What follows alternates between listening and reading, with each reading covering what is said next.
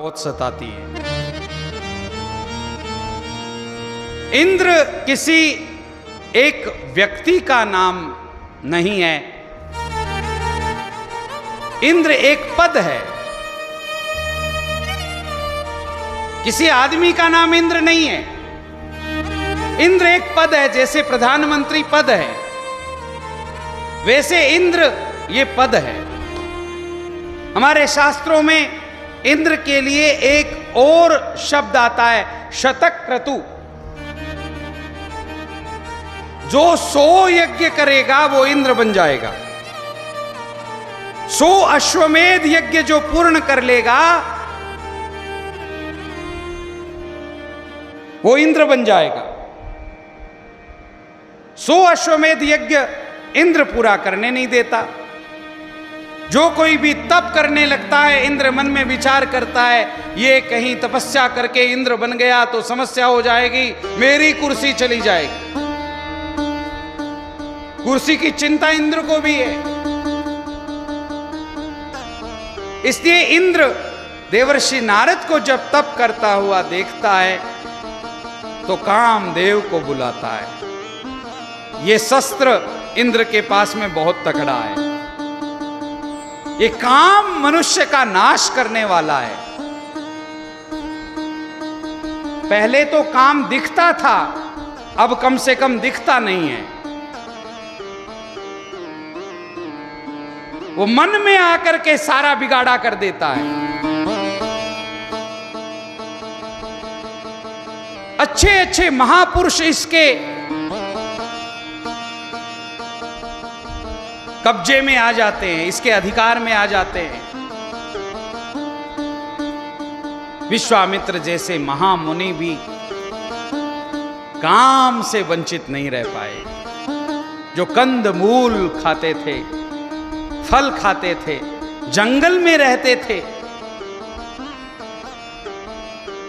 विश्वामित्र जैसे मुनियों की यह दशा हुई मेरे भाई बहन।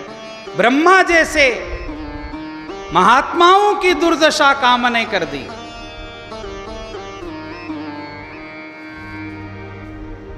इस काम के कारण मनुष्य का पतन होता है। जब काम के कारण अंधा हो जाता है व्यक्ति, तो सब कुछ प्राप्त करके भी वो खाली का खाली रह जाता है। एक काम मनुष्य को बर्बाद करके रख देता है। इसलिए जो ही काम वासना जागृत हो उसको तुरंत समाप्त करने का विचार मन में बनाएं। अपने ही गाल पर अपने हाथों से थप्पड़ लगाकर भगवान के चरणों में बैठें। भगवान आपके शरण में हूं, आप ही अब मेरी रक्षा कीजिए। जब ईश्वर की शरणागति हम स्वीकार कर लेंगे तब काम भी हमारा कुछ नहीं बिगाड़ पाएगा।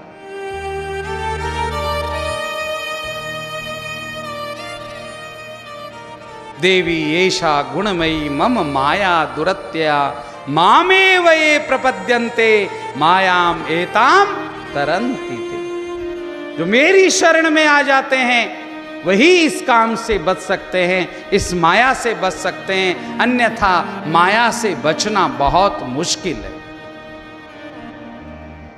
देवर्षि नारद आज भगवान महादेव ने जिस स्थान पर तप किया था उस स्थान पर बैठकर तप कर रहे हैं। इसलिए काम भी आकर देवर्षि नारद का कुछ नहीं बिगाड़ पाया।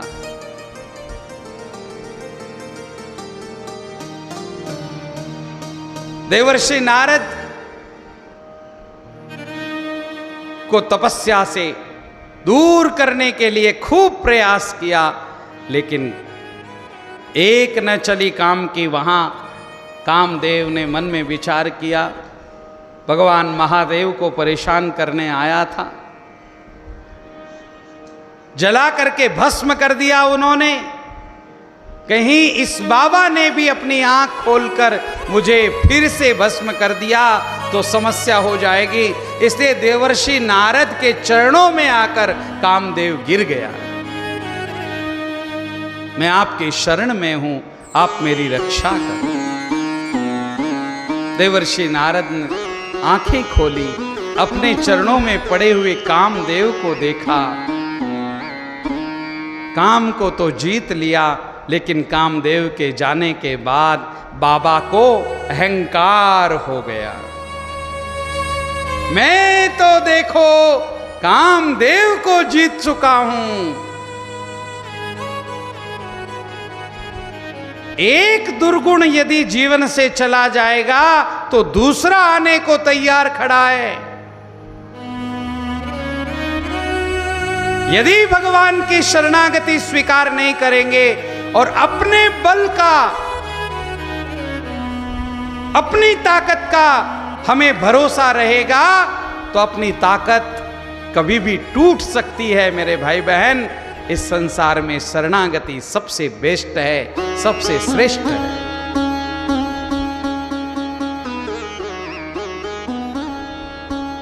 मैं कुछ नहीं कर पाऊंगा, करने वाले मेरे भगवान हैं। मेरी क्या ताकत है? करते हो तुम कन्हैया, मेरा नाम हो रहा है, मेरा आपकी कृपा से सब काम हो रहा है।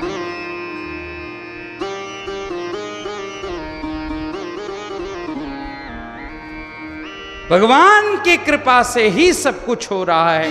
बस ये भावना हमारे भीतर घर करके बैठ जाए।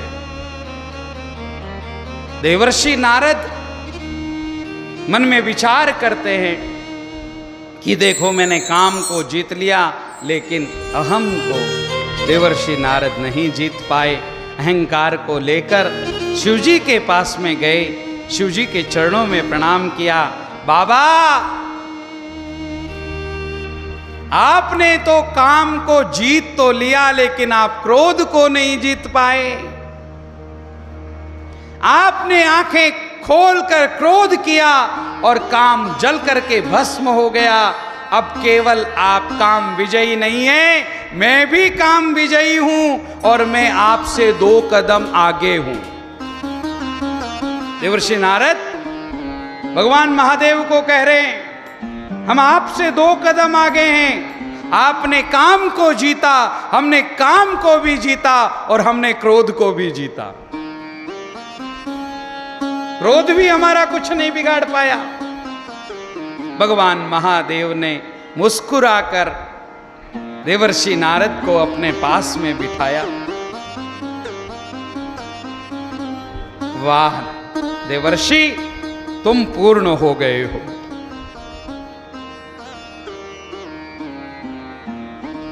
मन ही मन कहा, तुम काम को तो जीत चुके हो, लेकिन कीर्ति को नहीं जीत पाए।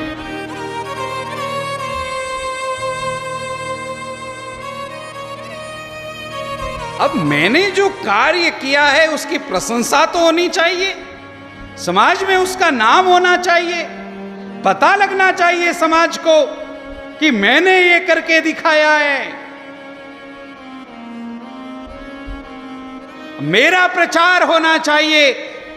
कामारी के रूप में शिवजी का तो प्रचार है, लेकिन मेरा भी प्रचार होना चाहिए। ये भावना लेकर शंकर के पास में देवर्षि नारद आए। शंकर भगवान ने समझाया, एतात नारद प्राज्ञ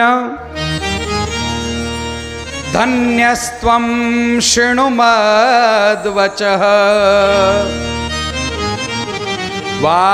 वाच्यमेव न कुत्रापि हरिरग्रे विशेषतः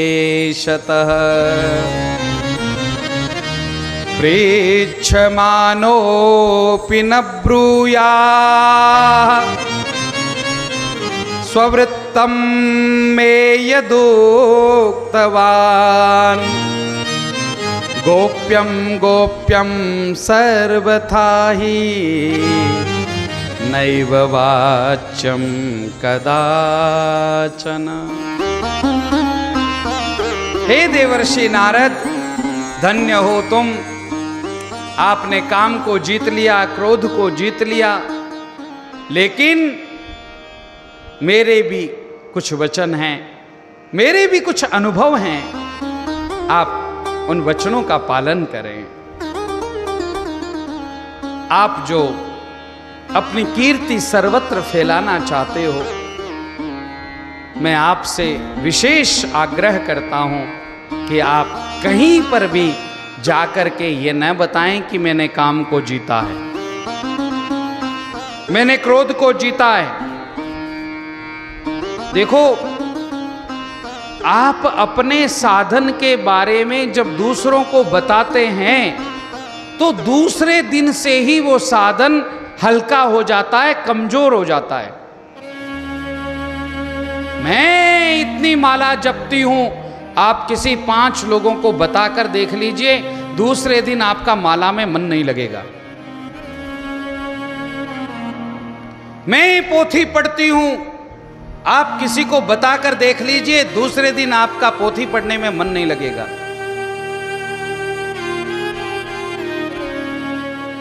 इसलिए भगवान शंकर बता रहे हैं कि आप अपनी कीर्ति सबको मत बताइए, अपने साधन के बारे में दुनिया को बताकर आपको करना क्या है।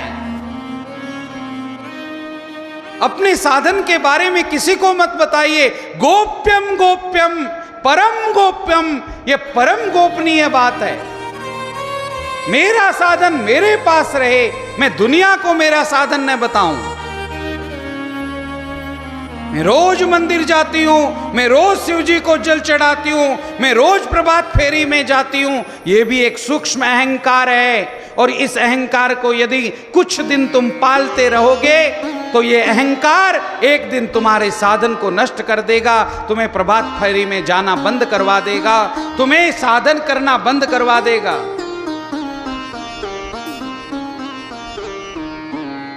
इसलिए साधन के प्रति बहुत सजग रहना पड़ता है, दक्ष रहना, हमेशा सावधान रहना, ये धर्म की महत्वपूर्ण बात है। धर्म को यदि टिका कर रखना है तो हमेशा सावधान रहना पड़ेगा। अपने साधन को दुनिया में किसी के सामने बताना नहीं। मैं जो कर रही हूं, मैं जो कर रहा हूं, वो मेरे लिए है, दुनिया के लिए नहीं है।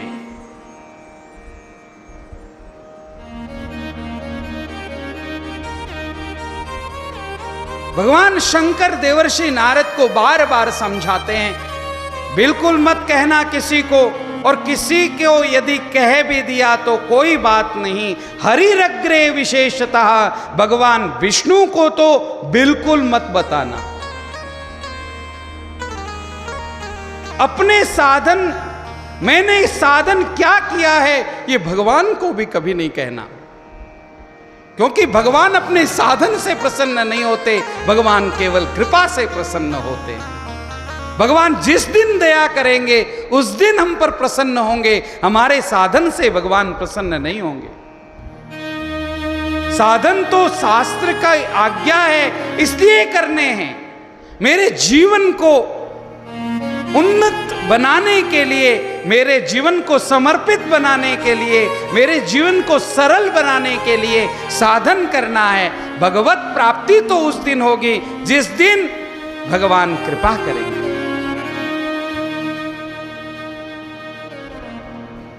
इसलिए देवर्षि, आप भूल करके भी कभी भगवान के सामने अपने गुणों की चर्चा मत करना। मैं इतना महान हूं, मैं इतना महान हूं, ये भगवान को जाकर बिल्कुल मत बताना।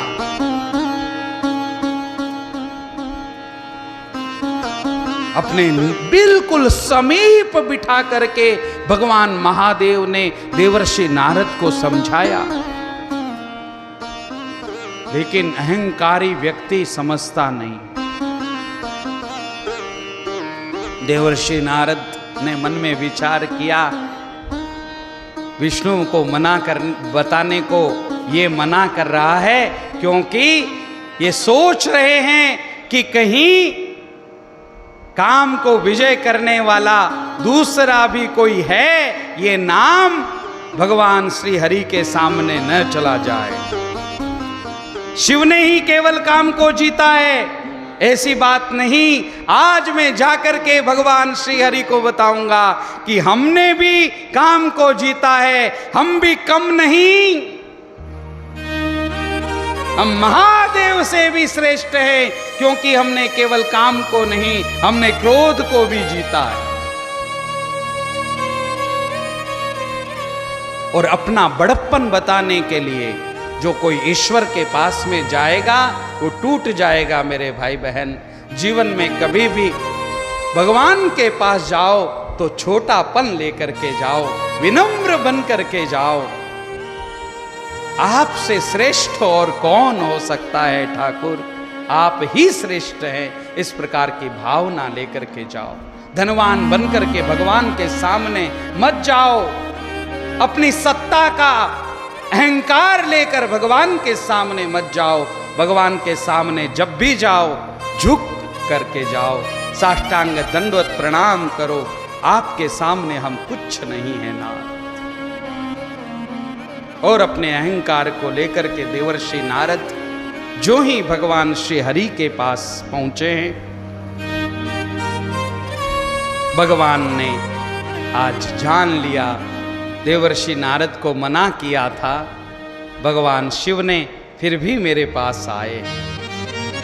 आज तो ठाकुर जी स्वयं उठ करके खड़े हो गए, हाथ जोड़ करके देवर्षि नारद का अभिवादन किया। कुत आगम्यते तात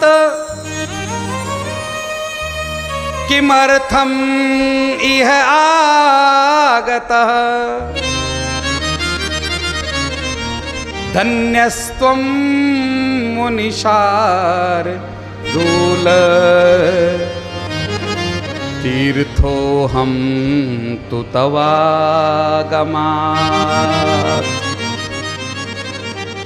कहाँ से आ रहे हैं देवर्षि, किस लिए आए हैं यहाँ?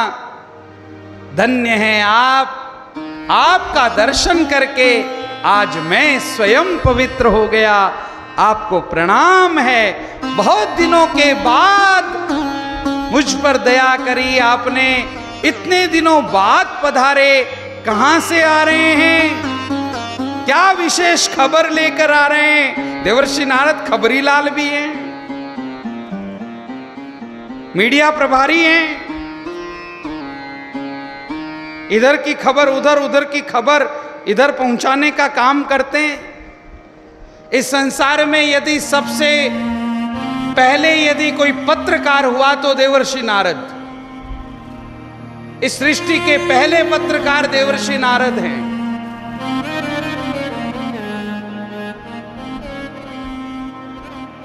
मुस्कुराते हुए भगवान श्री हरि ने आज देवर्षि नारद का सम्मान किया और जब ये कहा तीर्थो हम तू तवागमात, आपके आगमन से मैं स्वयं पवित्र हो गया, तब तो देवर्षि नारद फूले न समाये। वाह, देखो कहाँ विष्णु और कहाँ शिव। वो तो कह रहा था बिल्कुल बताना मत, उसके पास जाना मत, और यहां आया हूं तो विष्णु भगवान कितने खुश हुए मेरा दर्शन करके। ये अंतर है शिव और विष्णु में। वो शिव जलता है दूसरों की प्रगति को देखकर, और विष्णु खुश होते हैं दूसरों की प्रगति को देखकर। देवर्षि नारद के भीतर ज्यों ही ये भाव आया, भगवान ने पूछा कुत आगम्यते, किमर्थम यह आगतः, किस लिए आप यहां पर आए हो? अब देवर्षि नारद ने बोलना शुरू किया। यद्यपि मना किया था भगवान शंकर ने, फिर भी अवज्ञा की भगवान शंकर की वाणी की। और श्रेष्ठों की वाणी की जो अवज्ञा करेगा, श्रेष्ठों की वाणी का सम्मान जो नहीं करता है, उसकी संसार में बड़ी दुर्दशा होती है मेरे भाई बहन। इसलिए हमेशा बड़ों का कहना मानो। बड़े जो कुछ कह रहे हैं वो अपने अनुभव के द्वारा कह रहे हैं। हमारे पास केवल किताबी ज्ञान है, और हमारे बुजुर्गों के पास अनुभव का ज्ञान है। उन्होंने 60 वर्षों में, 70-80 वर्षों में अनुभव से सीखा है। हमने केवल किताब पढ़ करके सीखा है। और किताबी ज्ञान का कोई भरोसा नहीं, कब नष्ट कर दे। एक आदमी स्टेशन से एक किताब खरीद लेता है, फ्लाइट को कैसे उड़ाए, हवाई जहाज को कैसे उड़ाए। किताब लेकर हाथ में हवाई जहाज में बैठ गया।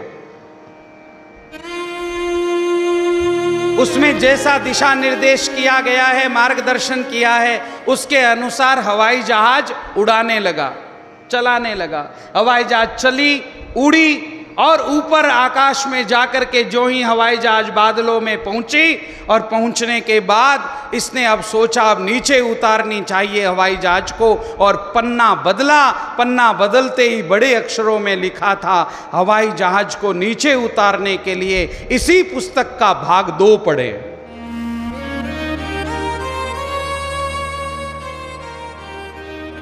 अब ऊपर का ऊपर ही रह गया, भाग 2 कहां से लाए। भाग 2 लाने के लिए नीचे उतरना पड़ेगा। ये किताबी ज्ञान मनुष्य का नाश कर सकता है, लेकिन अनुभव का जो ज्ञान है बुजुर्गों के पास, वो हमारा हमेशा सम्मान करेगा, हमें हमेशा सम्मान की ओर ले जाएगा। कभी भी बुजुर्गों की बात की अवहेलना मनुष्य को नहीं करनी चाहिए। अभिवादनशीलस्य नित्यं वृद्धोपसेविनः चत्वारि तेषां वर्धन्ते आयुर्विद्या यशो बलम्। जो बूढ़ों के चरणों में बैठ करके पाता है, वो संसार में और कहीं से नहीं मिलेगा मेरे भाई बहन। इसलिए अपने बूढ़े दादाजी के पास में बैठो। धन्य है वो लोग जिनके घर में दादा दादी रहते हैं। वो पोते धन्य हैं, वो संतान धन्य हैं जिनके साथ माता पिता रहते हैं और अपने अनुभवों से अपने पोते को तैयार कर रहे हैं, अपने बेटे को तैयार कर रहे हैं।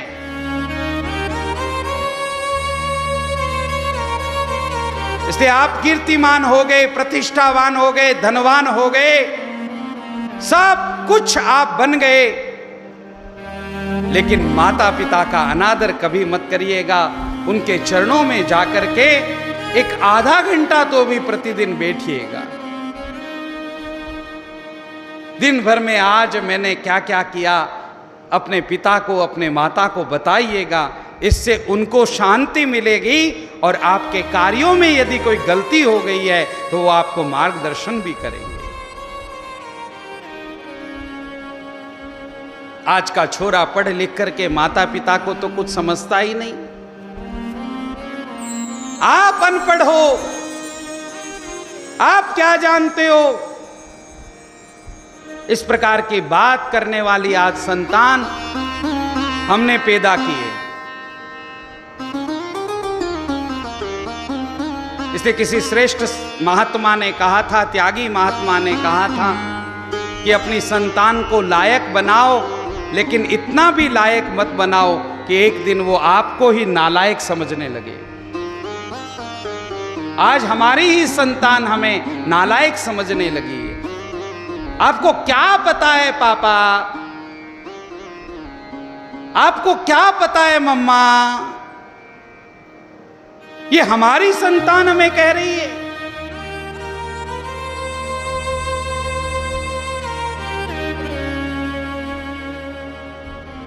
प्रात काल उठ के रघुनाथा, मात पिता गुरु नावई माथा। अरे वैकुंठ के सुख को छोड़ करके आया हुआ राम भी प्रातः काल जल्दी उठकर अपने माता पिता के चरणों की वंदना करता है। वो गुरु चरणों की वंदना करता है। उसको पता है कि माता पिता से श्रेष्ठ इस संसार में और कोई नहीं है। आज लोग तीर्थ यात्रा में जाकर के तीर्थ में जल चढ़ाते हैं, कावड़ लेकर के जाते हैं, भगवान महादेव को जल चढ़ाते हैं, लेकिन एक गिलास पानी कभी अपनी मां को, बूढ़ी मां को नहीं पिलाते।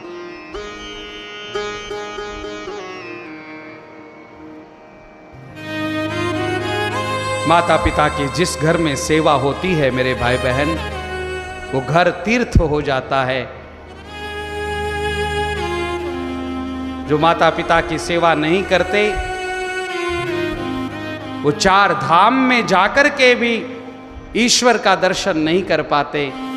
लेकिन जो माता पिता की सेवा करते हैं, उनके घर में भगवान स्वयं आकर के निवास करने लग जाते हैं। 4 धाम उनके घर में आ जाते हैं।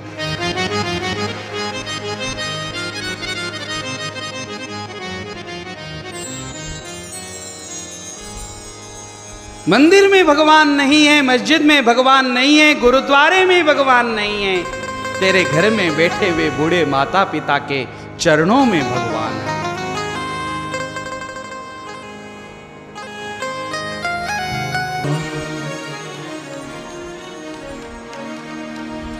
घर में बैठे हुए माता पिता ये संस्कार का मंदिर है मेरे भाई बहन। जो अपने माता पिता की सेवा करेगा, वह हर जगह कीर्ति और प्रतिष्ठा का अधिकारी होगा। जिसने अपने माता पिता का ही त्याग कर दिया है, वो भगवान के मंदिर में जाने का अधिकारी नहीं रहा है।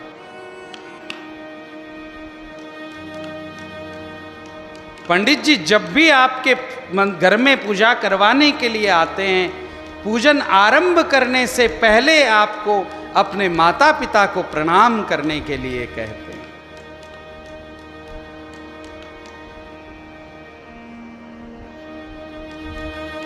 मां के जाने के बाद पता चलता है कि मां क्या होती है। ये दुर्भाग्य है मानव का कि जब तक माता पिता जीवित रहते हैं, सद्गुरु जीवित रहते हैं, माता पिता का और गुरु का महत्व उसके समझ में नहीं आता है। जो ही मां इस संसार से विदा हुई, मां तत्व क्या है ये समझ में आता है। मां के बिना इस संसार में है क्या? मां से बड़ा इस संसार में और कोई शब्द नहीं, पिता से बड़ा इस संसार में और कोई शब्द नहीं। रात और दिन पिता जो दौड़ता है, इतनी मेहनत करता है, खून पसीना बहाता है, केवल और केवल अपनी संतान के लिए। और वो संतान जब भागने लग जाती है, दौड़ने लग जाती है, अकेले बाप ने 5-5, 10-10 बेटों को संभाल लिया, लेकिन आज एक बाप को 10 पुत्र मिलकर के नहीं संभाल पाते।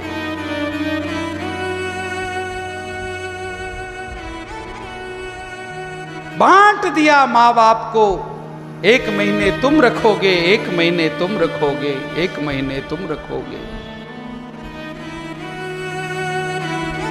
और इतना सब करते करते भी जब माँ बाप मरते नहीं तो वृद्धाश्रम में भेज दिया जाता है।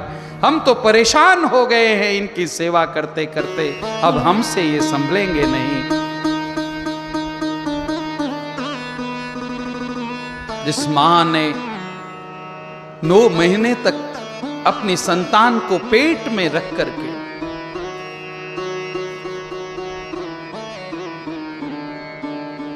संभाला। जो लोग कहते हैं मां तूने मेरे लिए क्या किया, उनको अपने पेट पर 3, 4, 5 किलो का पत्थर रखकर 2 महीने तो कम से कम घूमना चाहिए, तब पता चलेगा कि मां ने तेरे लिए क्या किया है।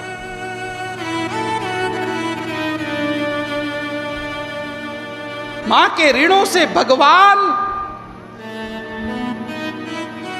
दूर नहीं हो सकते मेरे भाई बहन। तो हम तो साधारण मनुष्य हैं।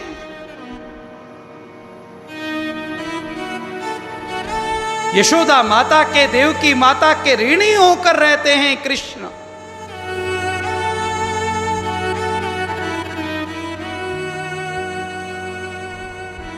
जब तक माता पिता जीवित हैं तब तक उनका महत्व समझ में आया नहीं, और मरने के बाद ये श्राद्ध करता है, तर्पण करता है। जीते जी मां यदि प्रसन्न नहीं रही तो तुम्हारा श्राद्ध कैसे स्वीकारेगी?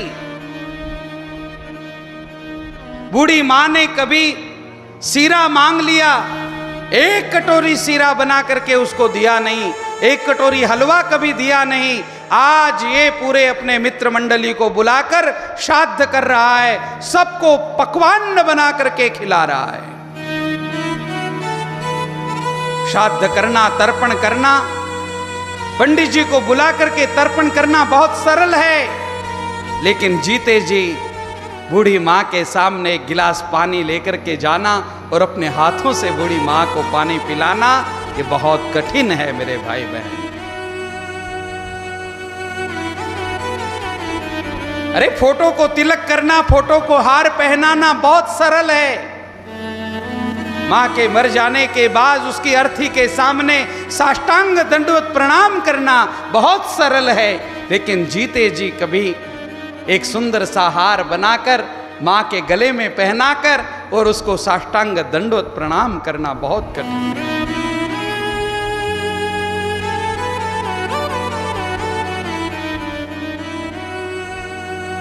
ये वृद्धाश्रम हमारे देश के ऊपर बहुत बड़ा कलंक है।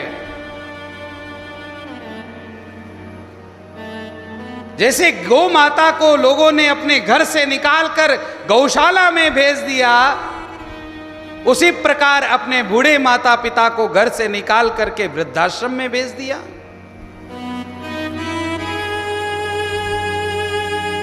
भारत देश के ऊपर वृद्धाश्रम बहुत बड़ा कलंक है।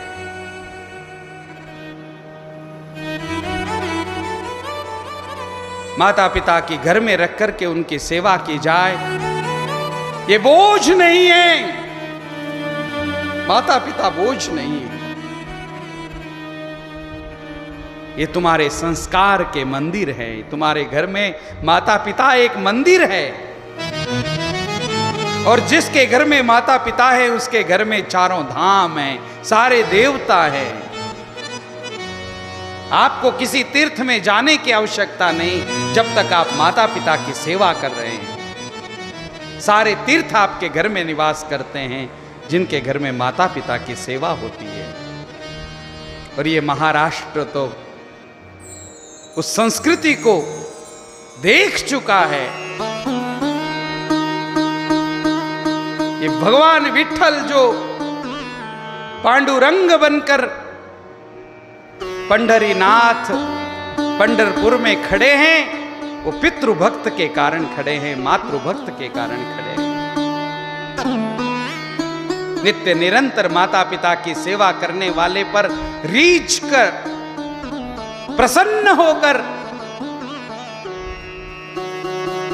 मातृ पितृभक्त का दर्शन करने के लिए विठ्ठलनाथ, वैकुंठनाथ का अधिपति स्वयं आज विठ्ठलनाथ बन करके आया है।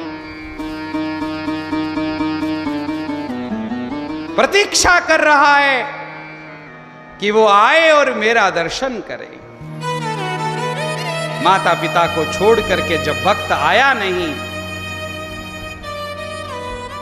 तो भगवान ने ही पुकारा, कब से मैं यहां खड़ा हूं, तुम मेरा दर्शन करने नहीं आओगे? भक्त पुंडरीक ने कहा, नाथ आप किस लिए आए हैं पहले ये बताएं। हाथ जोड़ करके भगवान विठ्ठलनाथ ने कहा, मैं तुम्हारे माता पिता की सेवा से प्रसन्न होकर के आया हूं। पुंडरीक ने आंखों में आंसू भर करके कहा, नाथ जब मेरे माता पिता के चरणों में इतना सामर्थ्य है कि आपको ऊपर से नीचे उतार सकते हैं, इनकी सेवा करने से आप स्वयं वैकुंठ छोड़कर मेरे पास आ सकते हैं, तो फिर मैं मेरे माता पिता को छोड़कर आपके पास कैसे आऊं?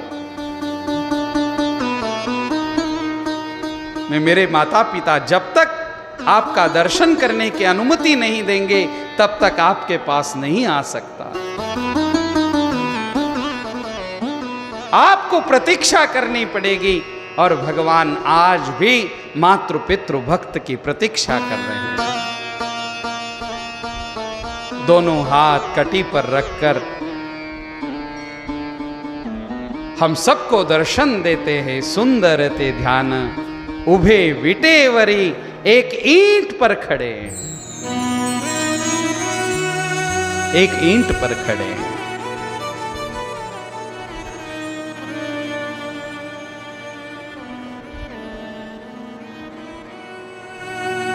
और वो ईंट भी मातृ पितृ भक्त ने प्रदान की है। कहा भगवान ने, मैं कहाँ खड़ा हूं, कीचड़ ही कीचड़ है सर्वत्र।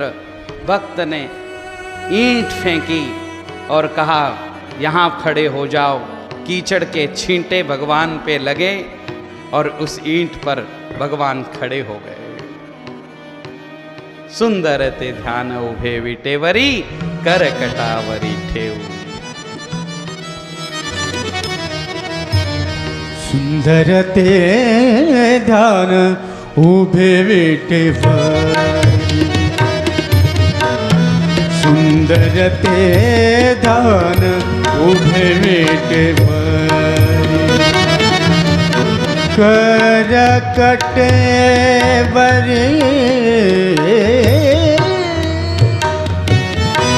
के बोनिया,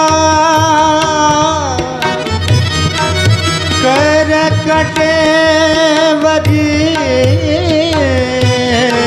के बोनिया, तुलसी हार गड़ा कासे पीतांबर, तुलसी हार गड़ा कासे पीतांबर, तुलसी हार गड़ा कासे पीतांबर।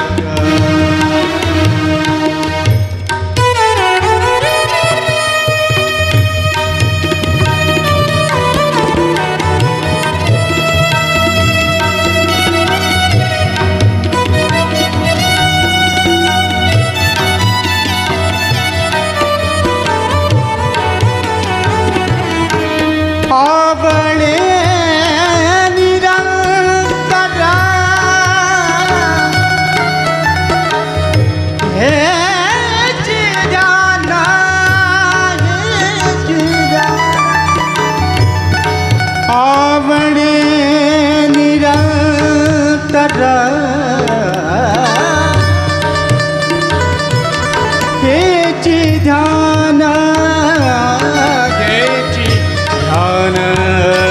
हे चिदान, सुंदर ते ध्यान उभे विटेवरी, सुंदर ते ध्यान उभे विटेवरी, सुंदर ते ध्यान उभे विटेवरी, उभे विटेवरी, उभे विटेवरी। पुंडलीक वरदे हरि विठ्ठल, श्री ज्ञानदेव तुकाराम, पंढरीनाथ भगवान की जय। भगवान जो पंढरीनाथ खड़े हैं, ये माता पिता की सेवा करने वाले भक्त का दर्शन करने के लिए खड़े हैं।